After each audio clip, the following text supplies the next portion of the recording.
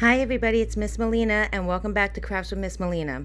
I know it's been a while since I made a video, but I figured what better time than during the holiday seasons. Today I'm going to teach you how to make homemade gifts for your friends and family using salt dough to make holiday ornaments and hand and footprints. What we're going to need to make our salt dough is 1 cup of flour, 1 cup of salt, and a half a cup of warm water. Next, in a large bowl, take your salt and your flour, put them in the bowl and mix them till they're well combined together. Next, with the warm water, you're going to add little by little while you're mixing with your hands until you form a dough that looks similar to this. One that does not stick to your hands when you touch it. That's just flour on my hands. You do not want to put all the water in at once because you might not need all of it and then your dough would be too sticky to use. Once you have your dough, you're going to take it, you're going to get a cutting board, put a little bit of flour on it so that your dough doesn't stick to it, and start rolling it out with a rolling pin. Now, for the holiday ornaments, you're going to want your dough to be about 1 to 2 centimeters thick.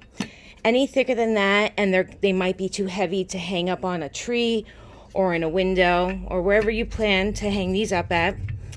And they will also take a very long time to dry out. Now, while you or a friend or family is rolling out this dough, somebody else could be picking out the cookie cutters you would like to use. You can do holiday themed ones, or you can pick out, maybe if you have a favorite character, cartoon character, cookie cutter you have, you can use that. Or try to find something that maybe the person that you're giving the gift to likes. Maybe they like hearts and stars or trees, and use those.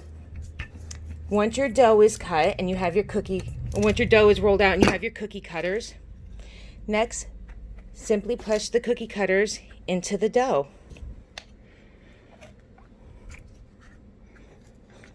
Like that. Once this is all filled out, you're going to easily peel away the extra dough. Do not throw away this extra dough though. You can use this dough, the extra dough, to re-roll out and make more ornaments, or you can use it to make the hand and footprints that I'm going to show you how to make next. Next, what you're going to need is a cookie sheet that is lined with parchment paper. The parchment paper is to help the ornaments from sticking to the pan while they're drying. Very carefully press the dough out of your cookie cutters, pick them up and put them onto the parchment paper.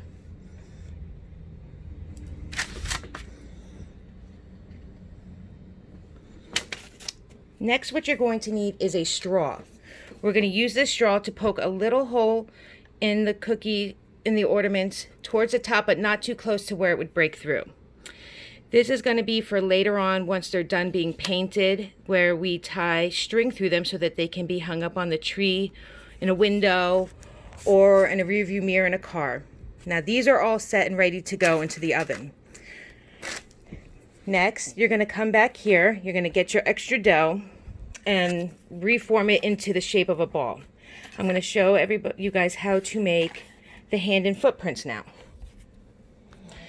Now what you're going to need for this is you're going to find a bowl or a round cake pan, anything that you can use to press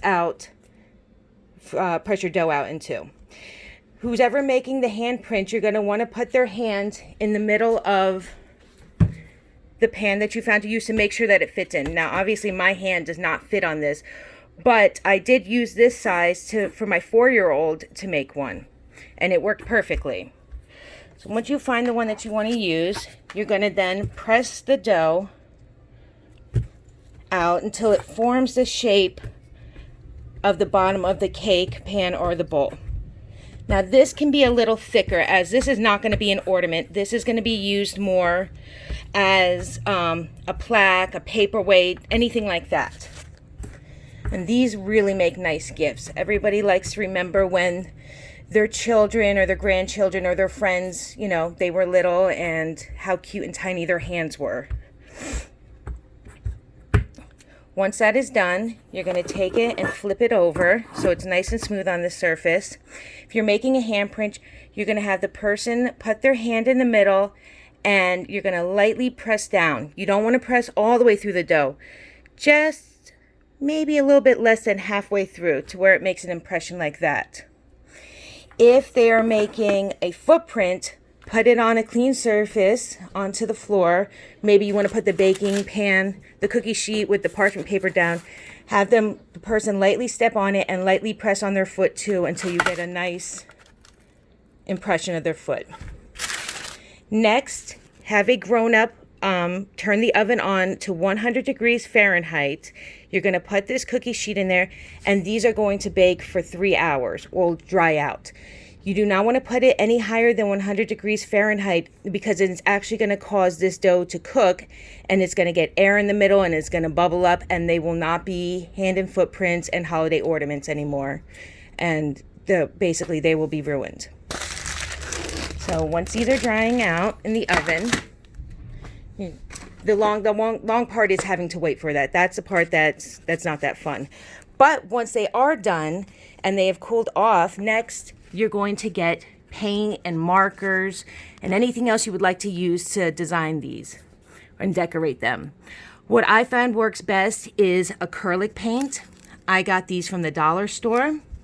They had a whole bunch of different colors, and then you can mix the colors too to make other ones. I also have glitter paint. This is Crayola Kids Washable Paint, and it works very well too. Not as well as the acrylic paint, but it definitely does the job. You can also use markers to color with or to write on with. As you can see, I wrote my daughter's name, the age, and the date that we made her handprint. So once you have your paints and paintbrushes and everything, go crazy. Design these however you want. Get creative. They don't have to be, maybe you want a purple and green candy cane or a Christmas tree that is orange and pink.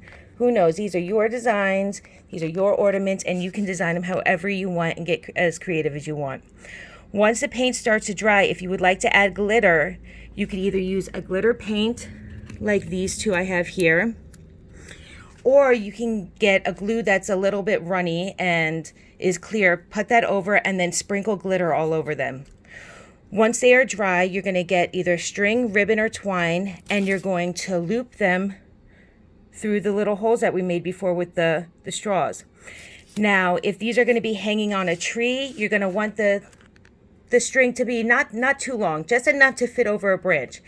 If, let's say, you want to make something to hang in the window, like I have with these sun catchers, the string's going to need to be a little bit longer. As for the hand and footprints, once they are painted and dry, they're good to go. That's it. Your gift is ready.